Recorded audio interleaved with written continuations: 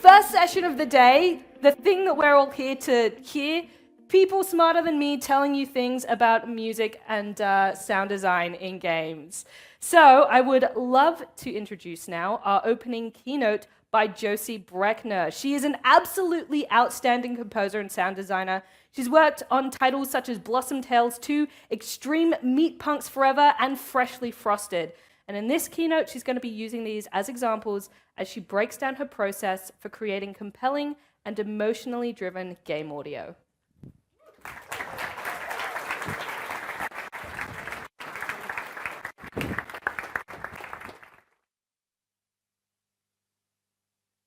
Mic? Oh, there we go. Okay, hi. I'm going to take off my mask, but I will be masking the rest of the day, and I encourage others to do the same.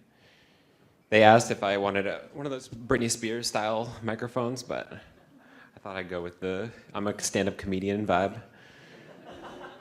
My name is Josie Brechner. My pronouns are she, her, and they, them. I'm really excited to see all your faces today. This talk is called Collaborating and Crafting Audio with Heart. When I pitched this talk idea, I didn't know what I wanted to talk about, so I thought it was nice and vague.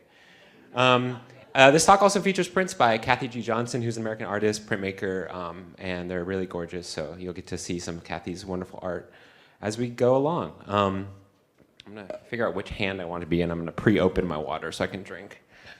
There we go. Without spilling it everywhere, okay.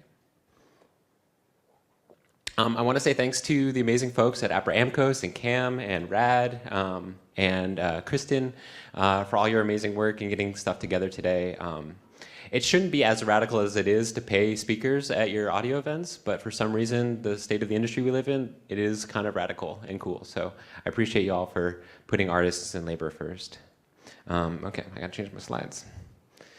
These are some pictures of me. I do game music and other audio stuff. I was primarily self-taught when I got into games, primarily making electronic music. I grew up playing drums and saxophone, and I've been making drum videos more recently. I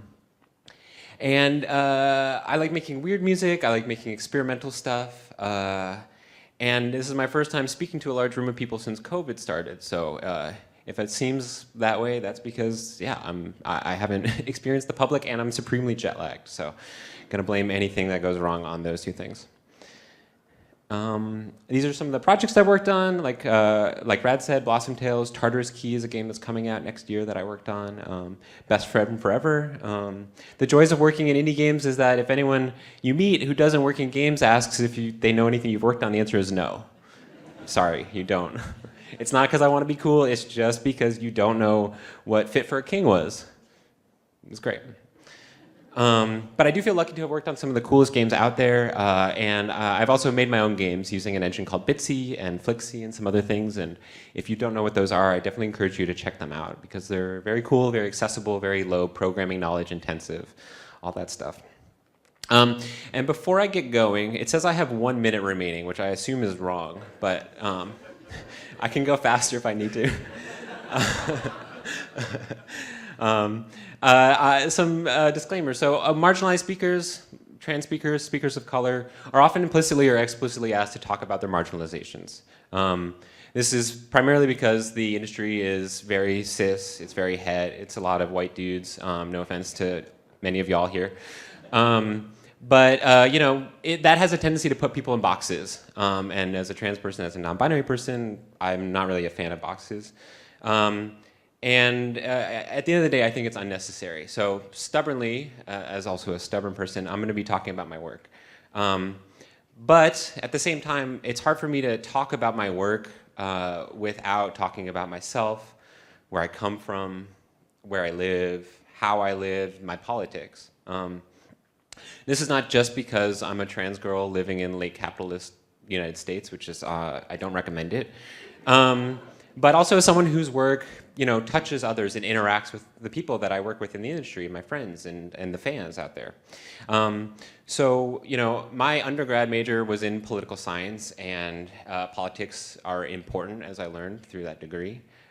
So if you're someone in the audience who feels like it's actually inappropriate to talk about politics along with your work, hey, just talk about your work, girl, then I would invite you to question why you feel that way, because I think it's impossible. And then if you want to sort of hear more about me talking about the way that my identity interacts with my work, I did that a lot 2 years ago when I talked online at High Score 2020 about making queer music for Best Friend Forever. But yeah, there's the third thing I want to disclaim is that I want to invite you all to question the things that I'm saying. Being up here with my stand-up comedian microphone and my clicker and my nice recyclable water bottle thing. I'm gonna take a drink. Puts me in a weird position of authority over all y'all, and especially for maybe newer folks in the industry, it might seem like I'm some person up here who's figured everything out.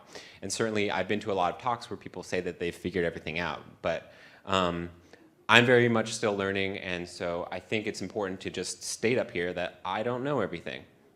And a lot of speakers, I think, don't examine their internal and implicit biases when they're giving a talk. You see this a lot in talks about success, where people don't address survivorship bias. But also, you know, my bias up here as a white person who has a certain amount of privilege in the industry, as a person who doesn't have student loans, like these things severely impact the ways in which I can work and have the privilege to work. So I think it's important to kind of state these things up front. So again, yeah, please with everything I say, please pick and choose the parts that work for you. And if something doesn't apply to you, that's cool. And content warnings for light mentions of gore and body horror because of the things I worked on. And also some light mentions of sexual harassment. But hopefully that'll just be a quick thing and the rest of the talk will be fun. So I feel lucky to be talking at the start of the day because I get to ask the big, important, life-changing questions. And this is where I go into TED Talk mode and I start pacing around the stage, looking very serious. And my question I want to ask you is, what are we even doing here? Like, wait, what are you doing here? Like, what are you, help? Anyone? I'm jet lagged, I'm severely jet lagged, so I'm gonna need some assistance. And you know, you in the audience, you're like, oh, Josie, that's an easy question. We're at a conference. We just sit here, we just laugh, and we think about what we're gonna do later, and we think about the talks that we're gonna see. It's easy, A+, slam dunk, let's go home. But I wanna hit you with the question that's been plaguing me specifically, which is, what do you want? And I guess that sounds really mean. What do you want? What do you want from me? But what do you want to get out of this weekend, I think is the question I'm trying to ask here. And so I really want to invite you all to take a sec just to think about this for yourself. We hate these kind of exercises. I've been in the audience. I hate when they're like, talk to your neighbor and see what they're all about. I'm not going to do that to you. But do take a moment to sit and reflect. What brought you here? Were you here on a scholarship? Were you invited as a student? Are you trying to find work? Are you trying to meet people? This also pads my talk, which is nice. So we're just going to sit and think for a sec.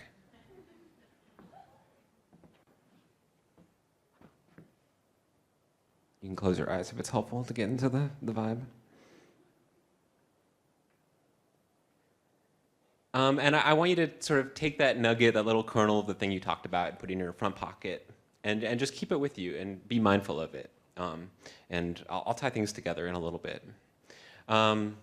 Before we go forward, this is the last piece of introductory stuff. I swear I'll play some music at some point, but it's weird to play music at the start of your talk. What do you do? Show your reel? It's kind of weird. So I'm going to walk you through a short timeline of my journey into getting into video games. I'm going to hopefully connect the dots between the ways that I was working as my career was developing and how that affected the work that I made. Going back to this idea of our politics and our environment affecting our work. And then through this, hopefully I'll clarify for all of us what this idea of making music with heart even means. And as I admitted at the start of this talk, I didn't really know what that meant when they invited me to speak. Sorry, Kim. Kim was like, you can talk about whatever. And I was like, oh, okay, sure. So fingers crossed that we'll get there and stick the landing. So the reason I asked y'all to think about what you want to get out of this weekend is I think it's really easy to go on autopilot. So starting in 2010 to 2012, I was definitely in a very strong autopilot mode. I was going by a different name then. I wasn't out as trans then, so that's one big way I was on autopilot. But I was also on autopilot about my career. Here's a real photo of me thinking about working in marketing. In 2010, I was in undergrad, and like I said, I was a poli-sci major. I didn't really know what I wanted to do. I thought, hey, maybe I could work in marketing. That sounds great. And I know some people here probably did work in marketing for a little bit, and my apologies. But I thought it'd be collaborative, I thought it'd be creative, I thought it'd be fun. I did improv comedy in high school, don't judge me. And I thought it'd be like that same vibe where you're riffing and doing fun bits. And yeah, I don't know. I just was kind of just going along with the flow. I worked at this place called the San Jose Group in Chicago. My undergrad was in Chicago, so in junior year I interned here at the San Jose Group. I'm pretty sure this is a picture of the inside of the place. I sent a person in there to take photos. I worked there for the full summer. They paid me $200 USD, and 12 of those dollars went to buying a t-shirt for the corporate kickball day. So that was awful. And at the same time, I had reached out to family and friends, updating, letting them know what I was up to, and my dear friend, friend of my parents, Mary Berry, no relation to the Great British Bake Off co-host. I know, I'm disappointed too. Wrote me this email, and she was like, hey, what if you didn't? What if you didn't do that? Please don't hate me. She was like, I worked in marketing, and I really think that you could do different stuff. Like, she knew that I was a creative person, and so in that moment when I was supremely on autopilot, thinking about needing to find a job right away, I wasn't thinking about what I wanted at all. I was just thinking about what I should do. And so this, for me, was like a helpful crowbar to like pry me out of this path I had been on. Also, at the same time, I had just wandered into the Museum of Contemporary Art in Chicago and saw a printmaking duo named Son and Zimmer showing off some of their work, and it was the two of them in a workshop making prints in real time, and their friends and community were there at the museum just hanging out with them. And for the first time, it was this glimpse into like what an artist scene and a community like actually looked like. And for me, I didn't really know what that meant, but there was something about that that resonated to me. And I wanted that, but I just didn't know how to get there. So I graduated college, and I was just like, well, fuck it. Like, what if I just take a hard left turn and I moved to New York and I just start doing music? Because in my spare time I had been making music, mostly in GarageBand, but then started to use Logic as I was graduating undergrad. I had grown up playing in friends and school bands, and so music was always a part of my life, but I didn't think it could be the thing that I was working in. I had a friend who taught me how to use samplers and how to use digital tools and synthesizers. I don't know if anyone here is familiar with the EXS24 in Logic, but it's a nightmare. I should have included a picture of it, but it's just total hellish chaos all the time. And so I was like, okay, this is good. This is working for me. Also, just quick check. Is volume okay? I don't want to like blow people's ears out, but I do want to be getting into the feed. Good? All right, thanks. And I was on autopilot again for a little while. I was playing shows under the name Visager. I was making music for kind of whatever people wanted me to do. And again, I was just in this mindset of like, I guess I should do this. I should, I don't know, DJ this thing. I should do this soundtrack for this play because I want to do music and I don't know how to get from point A to B yet, so I'll just kind of sit here for a while. Kind of like the music career waiting room. And I was having trouble with this because I was making electronic music, but then, you know, for my shows, I was having to translate it to a live set, and that would always take a long time because sending stems from Logic to Ableton, and I was using MainStage too, and it was like this whole thing, and I do not recommend it. And I was like, this sucks. And I started to feel like I was trying to work in marketing again, where I was just doing all this stuff that I felt like I needed to do, but I wasn't actually enjoying. I was releasing remixes on SoundCloud. I'm just including this because I thought it was funny. I got a bunch of copyright strikes, which I didn't know why I thought this would have been okay, but yeah, apparently SoundCloud has issues with copyright infringement, which makes sense now that I know things about how music works. I really do like this line. You've left us with no choice but to terminate your account, your sounds, your followers. It sounds like they're going to kill everyone who ever liked one of my songs, and your stats. But I talked them out of it. I still have my SoundCloud, so please don't worry about me. And then, yeah, so I said, fuck it again. And I was like, well, what if I just did only the things I wanted to do, which is make weird music, do electronic stuff, and then people can just listen to it, right? And I was like, oh, that's what a composer does. It makes so much sense now, but I don't know, it took me a long time to get there.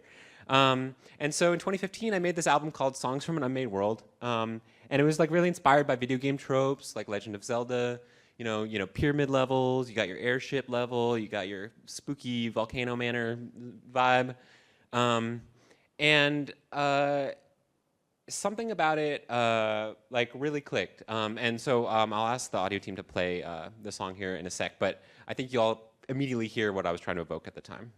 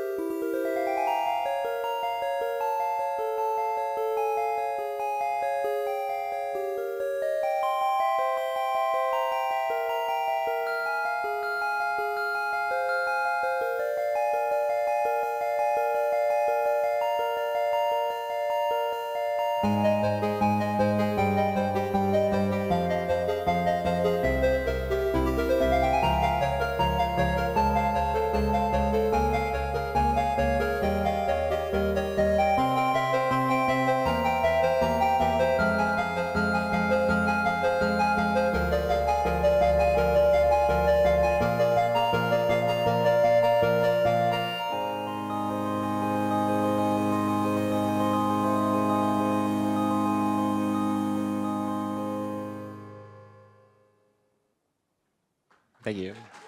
Thank you. Yeah, that mix is wild. The compression. Yeah, so anyone know what I was riffing on, stealing from? Yeah, exactly. The fairy fountain music, blah, blah, blah. But I think tropes are a great place to start in your career. And I feel like a lot of composers out there have done this sort of thing where you make an album that's for a game that doesn't exist or for a movie that doesn't exist. Like, how else are you going to start your portfolio? You got to start somewhere. And people won't hire you, if they can't hear like some of your music. But I do think that there was something in this album that spoke to people. I mean, I put the music everywhere, right? I put it like on all the free sites that I could, like Congregate, like whatever weird hole in the internet that would take my music. And it was only actually on Free Music Archive that it got some traction, and this could have been because of my great tags. Hashtag 8-bit, hashtag chiptune. But I think I would argue that there was also like a lightness and a newfound sense of joy and freedom in the music that I had found for myself. And some of that translated through, while also, yes, like weighing very heavily on inspiration from Zelda. And so that's how I got my start in games. In 2016, the devs from Blossom Tales, these two guys who make up the team at Castle Pixel, hit me up because they were working on a small Zelda-like. And they were actually using my music as some of the temp music in the game. So they were like, well, we need to find a composer. We like this music. Let's hit her up. My portfolio was like mostly empty besides the Songs from an Unmade World album. So in retrospect, it's kind of wild that they wanted to talk to me because I was, I don't know, kind of an unknown baby. But yeah, if y'all could trigger the play on this one too. This is the Overworld track from Blossom Tales 1.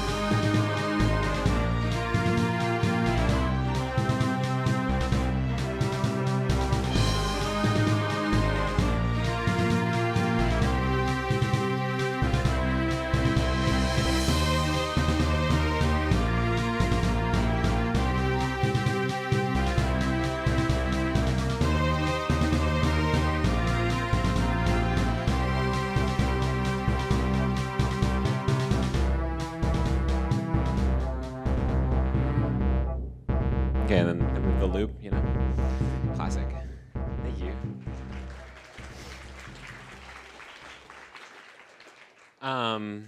Yeah, if anyone wants to talk about Zeldas with me afterwards, I have strong opinions. I think the two ones for the Game Boy Color, the Oracle games, are the best Zeldas, and I will fight you.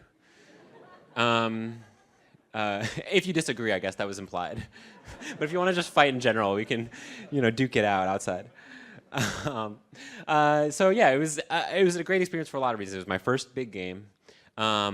It was a dream project in terms of the music I got to make. They were really excited about Link to the Past because they're a little bit older than I am. I was really excited about the Game Boy Advance Zelda sound from like Minish Cap. And so I was kind of like doing that on my own. And it led to me visiting my first big events like PAX East in 2017, and being there, I was like, oh, I can go to conferences and meet people, and like I can develop a career that way. And so that really got me off the ground going to larger events, and in a way, it just really did like jumpstart my career. I'll come back to this in a sec. There were some challenges working on it, which is first and foremost, I didn't know how to advocate for myself at all. They hit me up based on music I had released for free into the Creative Commons online, and they were like, what's your rate? And I was like, well, you don't know this, but I would do this for free, which you should never, obviously, sell your labor for free. And I was like, I don't know, I'll look on Reddit and see what I should charge. And someone on Reddit was like, hey, $75 is a pretty good rate per minute for music. And I was like, that seems like a lot of money. That's more than I'm making at my day job. And so, yeah, they paid me. They were like, sure, we'll pay you $75 per minute of music, which is not even anywhere close. They're like, if you did the hourly rate for how much time I worked on for the 40 tracks in Blossom Tales 1, I got paid like $1 an hour, right? For full transparency, these days I work for like $1,000 USD per minute, sometimes more, sometimes less if I like the person. But I was still finding my voice as a games composer as well, in addition to figuring out how to advocate for myself. And we had some trouble figuring out exactly like what the publisher wanted stylistically, and this is another area where I was like still rough in terms of my career, where it's like I just didn't know how to get through to them about what they wanted from me, what I wanted to do in the game, and kind of meet halfway. So I'm gonna go back now and just play this clip of the trailer for a sec. If you don't mind hitting play, y'all, thank you.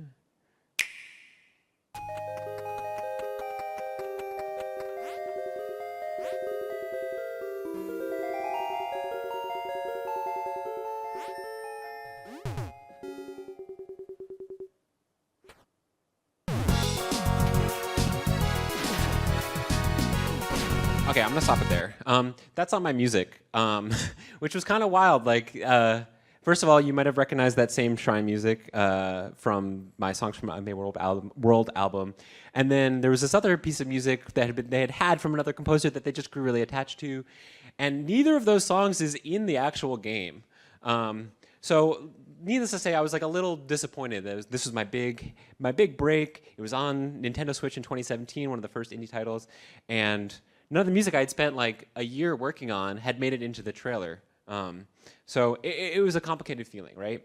And so while I wanted to be really happy about this big accomplishment, I was still feeling kind of awkward and feeling a little sad about where we landed.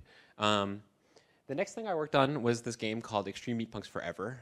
I wrote a cold email in 2017, which is a contentious subject in the audio community, because I know that we all love writing cold emails, and I have many people in other areas of game development tell me how audio people love writing cold emails. So if you're out there writing cold emails, just think about how and when you do it. But in this case, it worked, because Heather wrote me back a couple months later, and they were like, hey, I want to work with you on this game. And I was like, that's so weird. And they were like, hey, I'm going to be at GDC 2018. I see you're going to be there. Can we talk about it then? And so MEATPUNKS has a simple premise. It's a combo visual novel / action brawler about gay disasters using mech suits that are made out of meat to punch fascists off of cliffs. Just a super straightforward game. It's set in an alternate reality US. That wasn't complicated for anyone to understand. Okay, cool. But it had a lot of heart. It was a really weird and wild concept. I'm really smitten by Heather's writing and the sense of humor and the way that Heather tied humor to the horrible things that happened to the main characters in the game. And so when we finally met up at GDC 2018, they made it clear that they had big plans for what they wanted for the soundtrack. This is some of the first creative briefing I got via email, which is great. Like, I love it when devs do this stuff because they just lay out exactly what they want, what would be great if we can accomplish, what we can do if we have time. But it was clear right away that this wasn't going to be like a regular soundtrack, because you can see here that Heather was asking for folk punk music, and then also maybe like sort of like a Western vibe, and then like soundscapes and strings and orchestral stuff, and then punk rock with bass features, and then dark wave goth music, right? And so I had just worked on a chiptune game, and I have done some of these things before because I grew up playing drums, I grew up playing in bands. Shout out to my high school band Blue Horse Explosion. Which was jazz metal fusion, as you do in high school. And so I didn't know if I could do this. And I said what you're not supposed to say, which is, I don't know. She was like, do you think you can do this? And I was like, I'm gonna give it a try. And I didn't know how much of a challenge it was gonna be, but figuring out how to tie all these disparate elements together into one soundtrack and sort of take the bleeding heart core of the game and compact it into some musical ideas ended up being a really amazing thing to grow from. So I'm going to play this clip in a sec. These are the fight themes, the combat music from the game, and the sections where you're doing this like kind of like 2D arcade fighting thing. And you'll hear how, because the player could switch between characters at any time, we had to take the 4 distinct genres that represented each of the 4 characters and tie them into one song that could crossfade at any moment, you know, classic, you know, dynamic music stuff. And I thought that this was a really fun way to explore the idea of these characters coming from disparate backgrounds, but yet coming together for a common cause. So here's a clip of that.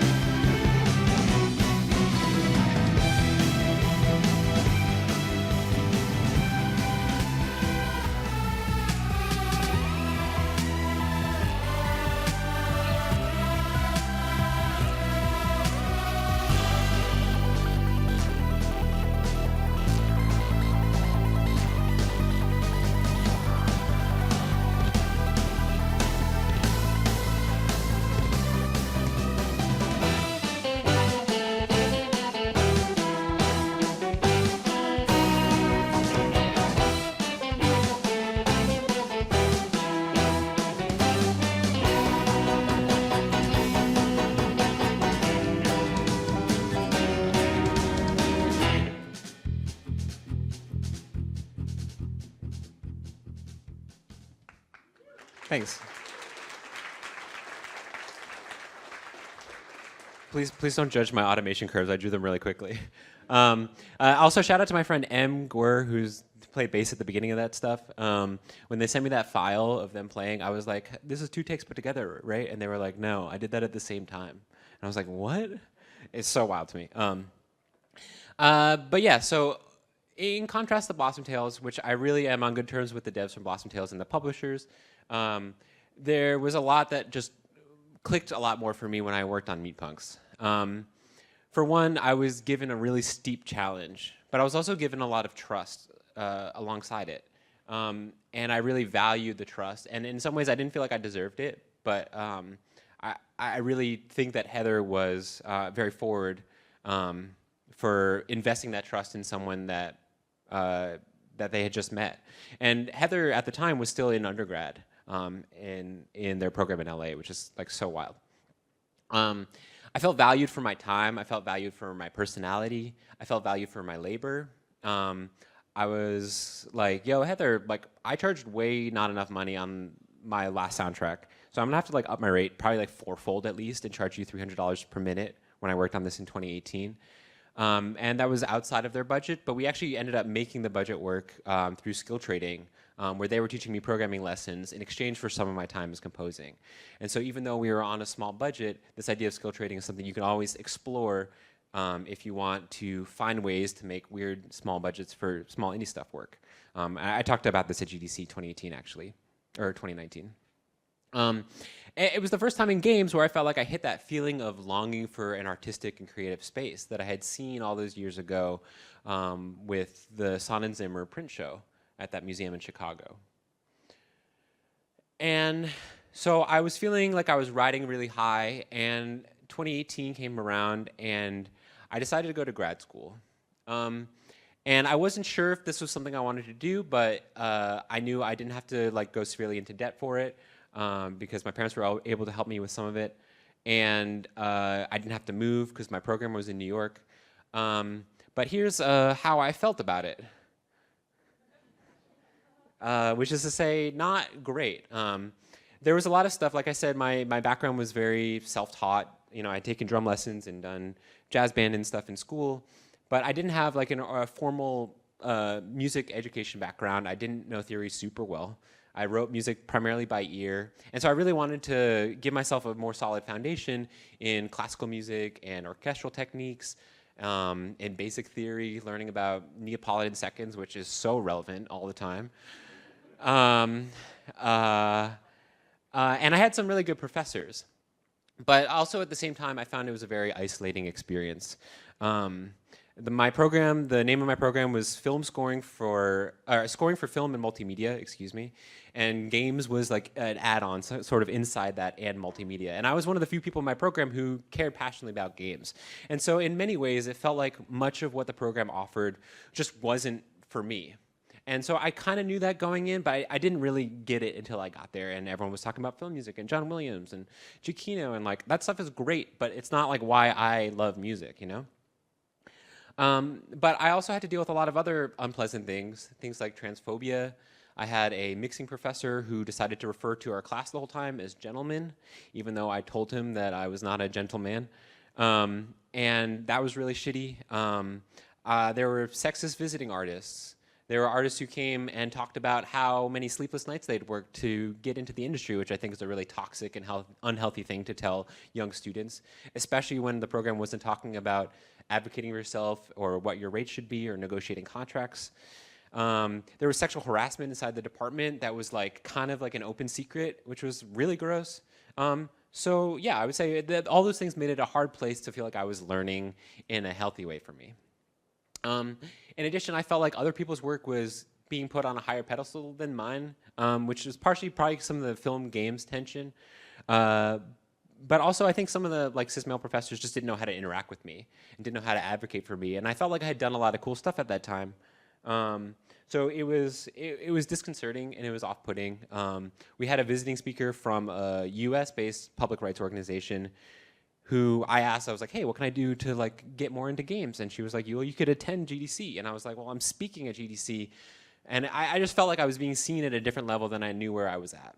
And I'm sure many people in the room have had similar experiences. And if you have, I'm sorry, because it's not fun. It was disorienting. And I found myself trying to figure out whose expectations was I trying to meet. And it was hard because I came to the program feeling really strong about what I wanted and very clear about where I wanted to head. And then this kind of, I think, threw everything into a bit of doubt for me. I started to lose touch with the things that made me enjoy making music. I'd also been working so much between classes and freelancing and trying to catch up on all the theory that I didn't know because I was in remedial classes, learning Theory 1 and Theory 2 stuff. And all of this like raw output that I was working through started to burn me out from both ends. And I felt like I had effectively compartmentalized the parts of myself that were making music from the parts of myself that actually enjoyed making music. And that was really scary and disheartening for me. And so there were a couple things that kind of brought me back from what was all in all a kind of rough experience. One was this amazing article from my friend Marina Kataka. Marina is one of the developers of Analgesia Productions, the people that made Anodyne, Anodyne 2. She's really great, and I definitely encourage y'all to read this article. It talks about a lot of things, but it talks about sucking as praxis or sucking as self-care. And she writes, professional artistry as the capacity to maintain the shared illusion that there are indisputable measures of beauty and worth. When you allow the illusion to fail, often against your will, 1, capitalist powers will be disappointed in their inability to wield you with proper efficiency, and 2, fellow small creators will be heartened because you bypassed the illusion and still offered something worthy. Failure in a backward system can be strength. Growing as an artist could be a gloriously paradoxical affair. Yeah, give it up for Marina. This article for me is like a bit of like a very grounding piece of writing that I come back to all the time. And I've ended up just showing it in every talk I've given since I read it. In this vein of sucking as praxis, like jamming with friends outside of school, getting back to that Blue Horse Explosion experience from high school, like was a nice reminder that like music didn't have to be good, it didn't have to be technically complicated, it didn't have to have good theory, it didn't have to be in tune to be fun. And it was a lesson that I had forgotten and was not taught at all in grad school, and so it was nice to return to that. So in 2020, as I was getting ready to graduate from my program, and also experiencing the joys of COVID for the first time, my friend Dave Makes on Twitter, who had contributed a little bit to MEATPUNKS, but I didn't know super well, hit me up to work on this puzzle game, Mixolumia, which is a Tetris Effect-like puzzle arcade game with music at its heart, similar to Tetris Effect. There's a picture of me and Dave.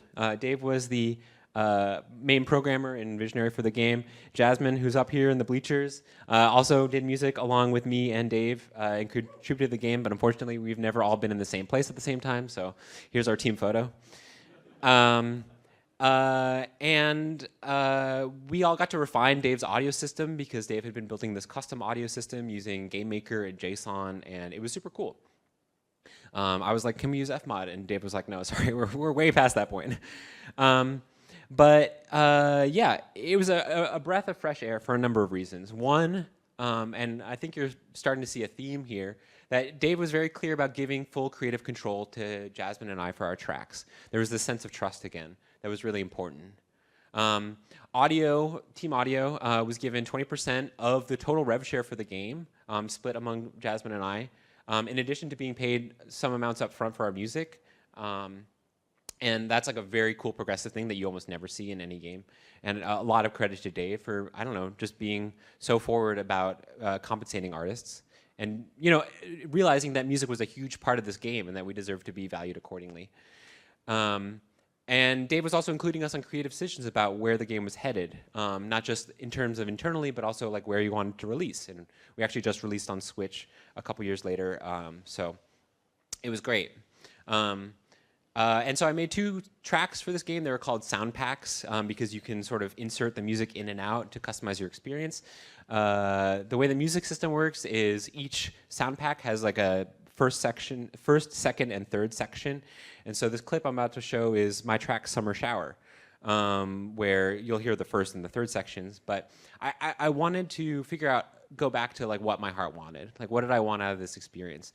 And it was a moment where I had full creative control, which is honestly rare, but hopefully something y'all either have or will get to experience with your work. And I wanted, when I listened to my heart, I was like, hey, what do you want?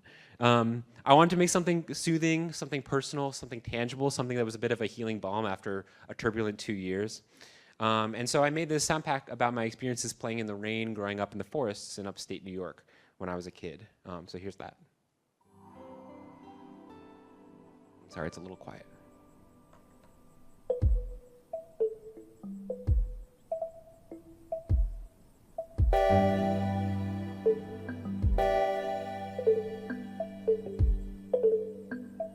Rip the frame rate, sorry.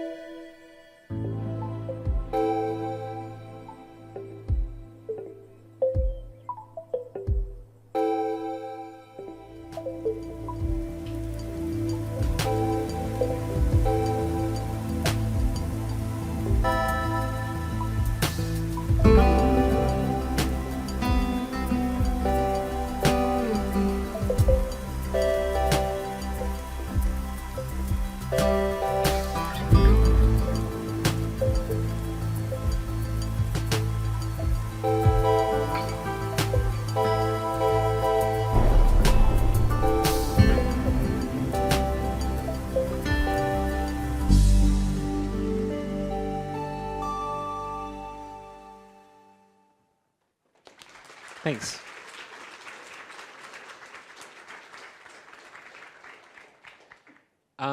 Something I'm really proud about in the implementation there is that when you hit combos in Mixolumia using my sound pack, you get peals of thunder when the combos connect, and I just love that shit.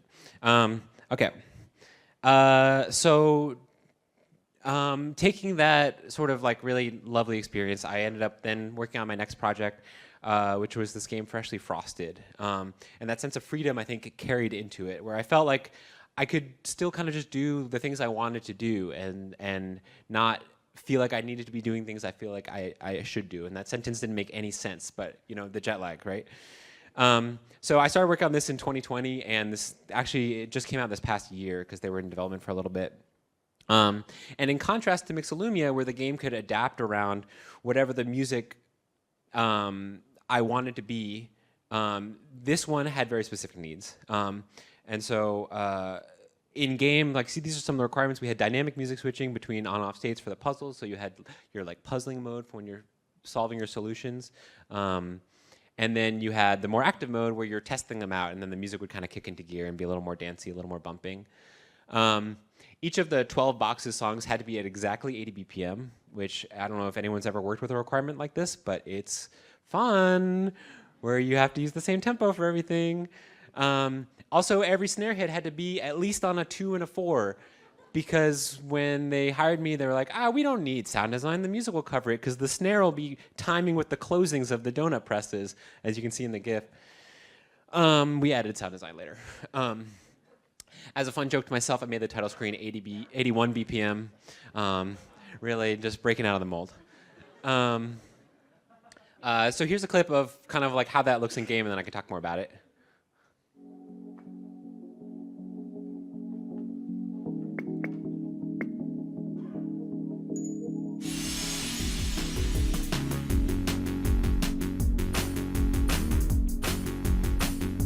You're gonna have to trust me that the things line up with the snare, right?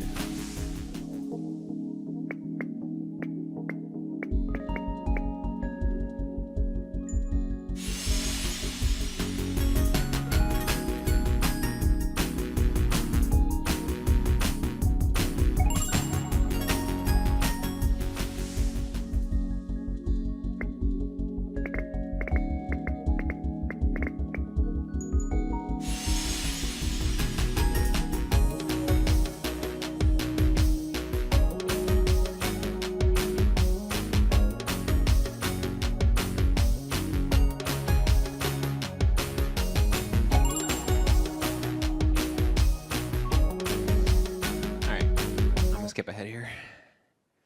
Thank you. Yeah, how dare you think about applauding? This will be noted. Josie will remember this. So these needs could have been constraining, but there's like an adage about how constraints can breed creativity, right? But also constraints can just be constraining. Like that's also fine too. But despite everything being in 80 BPM, like I ended up writing the songs in weird time signatures to break out of that mold. Really anything to break up like this kind of like box, right? I took inspiration from seminal Dream Theater album Octavarium. Any Dream Theater fans in chat? Yeah? Nice. People with real taste back here. This album is amazing. It's a seamless album that is based on the drummer's experience going through Alcoholics Anonymous, which is like a 12-step program. And each song is in one of 8 keys, and the album cycles all the way back through the octave, basically, hence Octavarium. When I realized that, when I was 16, I was like, what the fuck? And I was like, wait, I could do that too with the donut music game. I can make every world a different key, and the player will feel like they're progressing through this musical landscape. As you can see, I started on F sharp and then went to C sharp, and these are all 5th apart, and then it works perfectly, and then it'll cycle back around because there are 12 boxes of donuts, like a dozen. I was mad with power. And if I had been like a little, I came across this idea like a month into working on it. Obviously, in retrospect, I would have started on D for donut, right? but we don't live in a perfect world. And then once every song was a fifth apart, I realized, oh, I could make a seamless album too. I could just put every song next to each other, write modulations from song to song. It's easy. It'll be fine. Did I need to do this? No fucking way. This took so much extra work, I can't even tell you what a pain in the ass I caused myself. But the important thing is, oh, sorry, I went too far. The important thing is that they paid me enough money, right? I got paid $1,000 per minute on this game, on this indie game. This was an indie team, small Seattle-based studio. And because I was paid enough, I could spend all that extra time I had working on this project doing goofy shit like this. But I was only able to do that because I learned how to advocate for myself, right, in the negotiation process. And they were like, hey, this is like a little bit above our budget, but we understand what you're saying about how complex the dynamic needs are of this game. I was like, basically, I have to compose every song twice. And we did actually count the 2 versions as different complete songs, so that was nice. So that for me was like a good lesson in advocating for myself, leading towards doing more fun stuff at the end of the process. And so my timeline ends for now here in 2022, where I just this past summer released Blossom Tales 2 with a different publisher. I have a clip here, and I'm probably just going to skip it for time, but you can go, look this up on Twitter or wherever, and hear some of the music there. But I'm really proud of the work that I did. And I was paid a lot better, again, knowing how to advocate for myself. I felt more confident about my writing. We didn't have those similar tensions this time working around. It was the same dev team, the Castle Pixel guys, but they were working with a different publisher. And basically every track I wrote got approved right away, which is really nice. You don't have to do any revisions, which if you have that opportunity, I recommend taking it. And I was able to strongly weave motifs throughout the game, and this time only my music was used in the trailer, which was a relief. So yeah, I'll play a little clip. You mind playing it for a second, please, guys?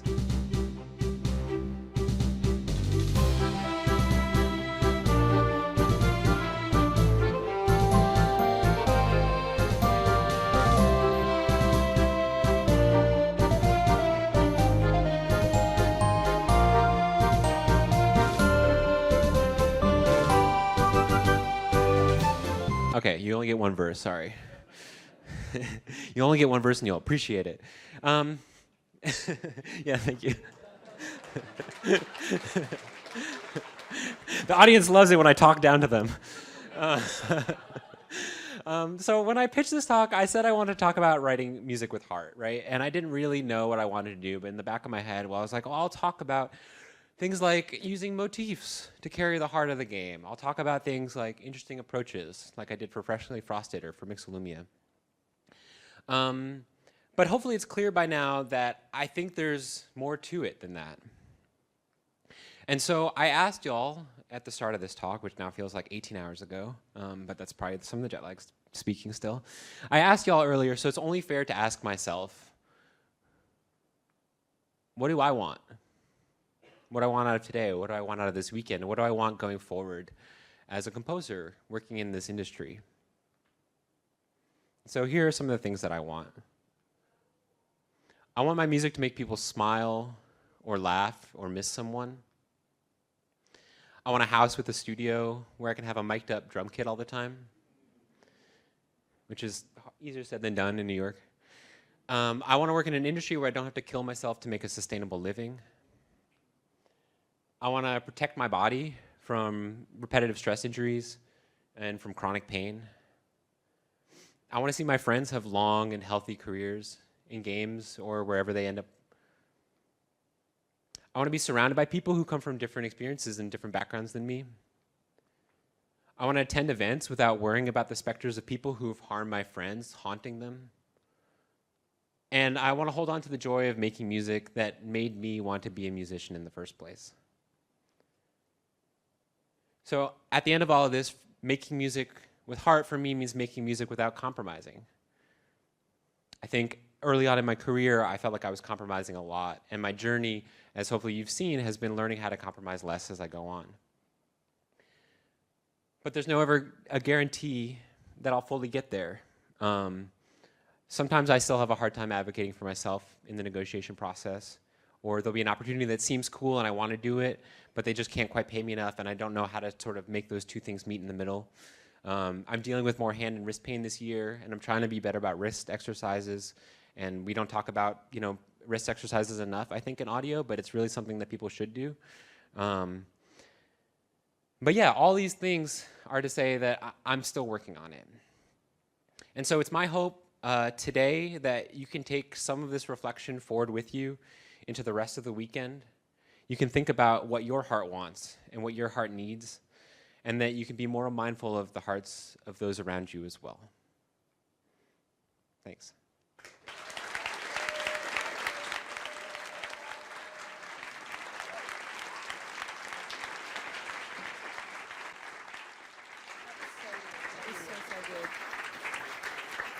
Is my mic on? It's not yet. I'm talking. There it is. Slowly faded up. Nice and gentle. Love it.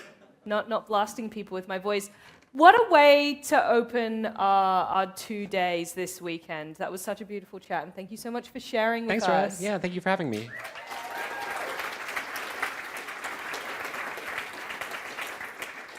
Well, now it's Q&A time. So if you haven't gotten to ask your questions yet, I'm ready. You're like, I'm ready. Let's do let's this. go, All Rad. right, kids.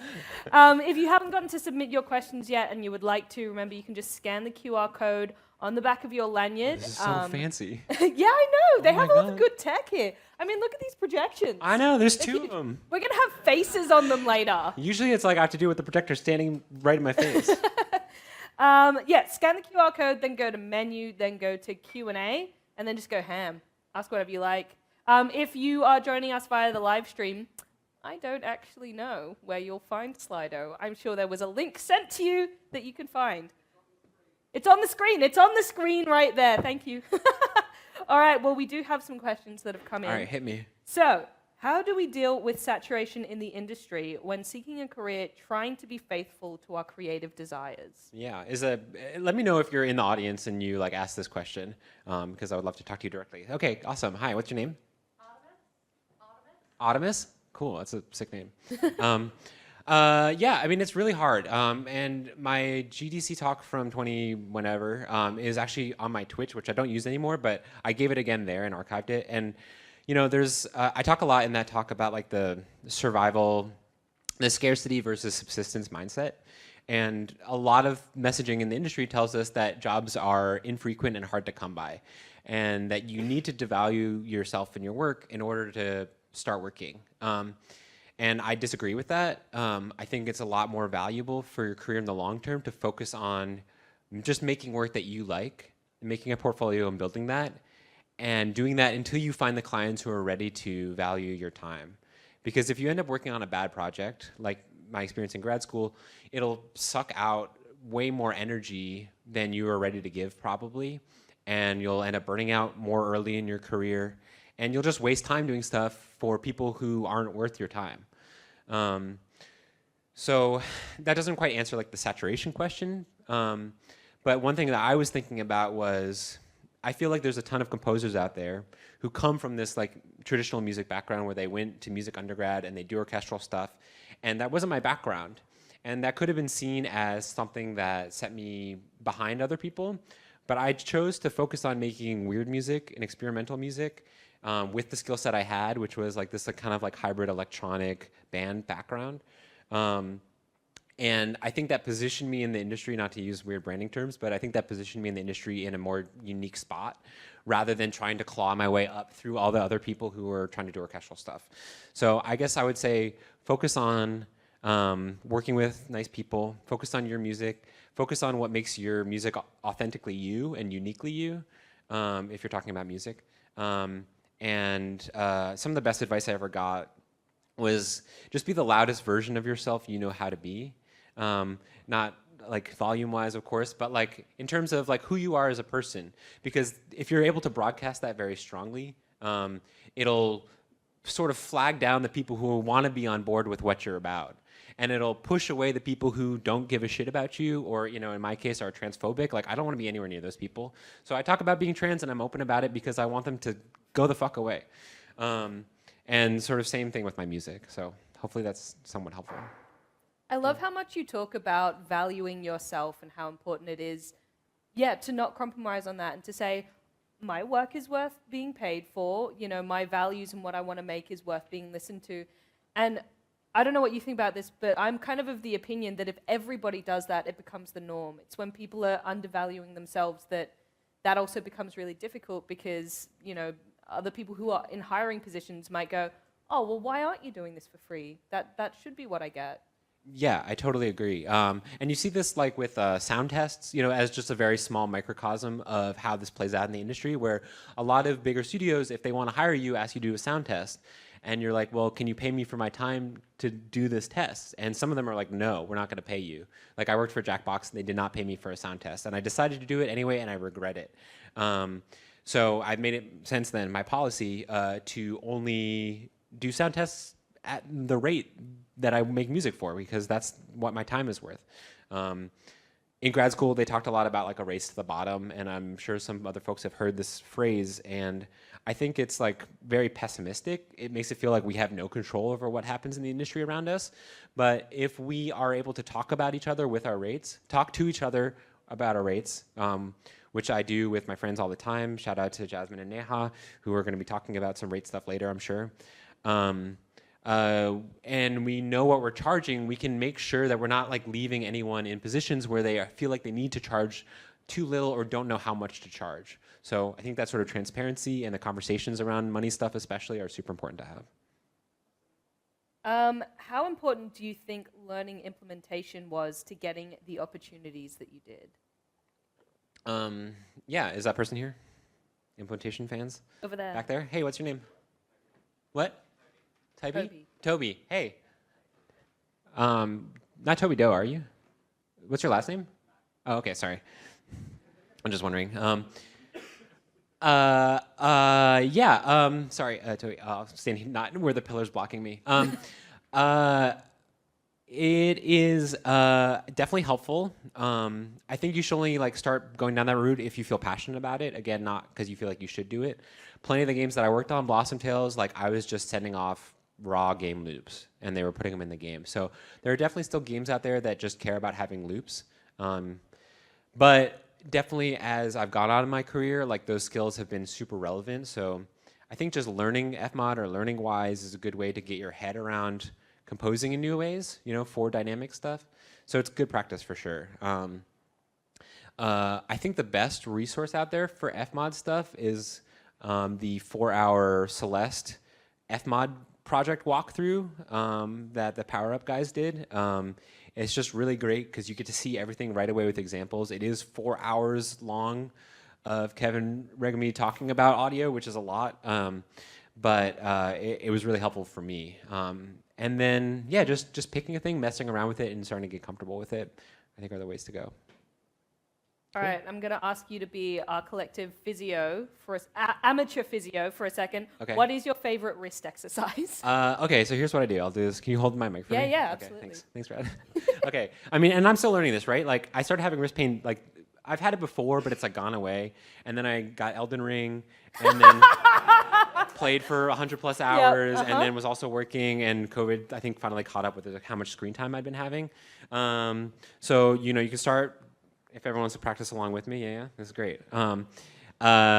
You do some bends, so like work on these guys, you know, and then work on going forward. That's so like subtle. And then squeezing. Oh, yeah, and like, you know, you can do this at the start of your day, and then there's also ones that, you know, they recommend you do like every hour, every 2 hours. Like at least every hour you should be shaking out your hands, right, while you're working. You know, classic. But yeah, so going through like these like little motions and squeezing. Bending all of your fingers back slowly and holding it. Yeah, practice. I see some people gave up already. I believe in you. It's okay. It's okay to look silly. They're like, we're not working on screens today, so I don't have to. I know. Yeah, I really should be better about doing this every day. Bending your wrist back like this. Doing pronation, so side to side, like this. Standing against the wall, pressing your hands. pressing your wrist down like this. I quite like the one where you get like a table or a surface and Yeah. you go like that. And it's too tall for me, so Yeah. I can't do it. But you can use that to kind of bend it as Definitely well. pressing it that way, getting a tennis ball or a squeeze ball and just holding those. So all these things that are just helpful preventative stuff, because you don't want to end up in a situation where your wrist is hurting and you can't work anymore, right? That would suck. Oh, the breadth of advice we give here at high school.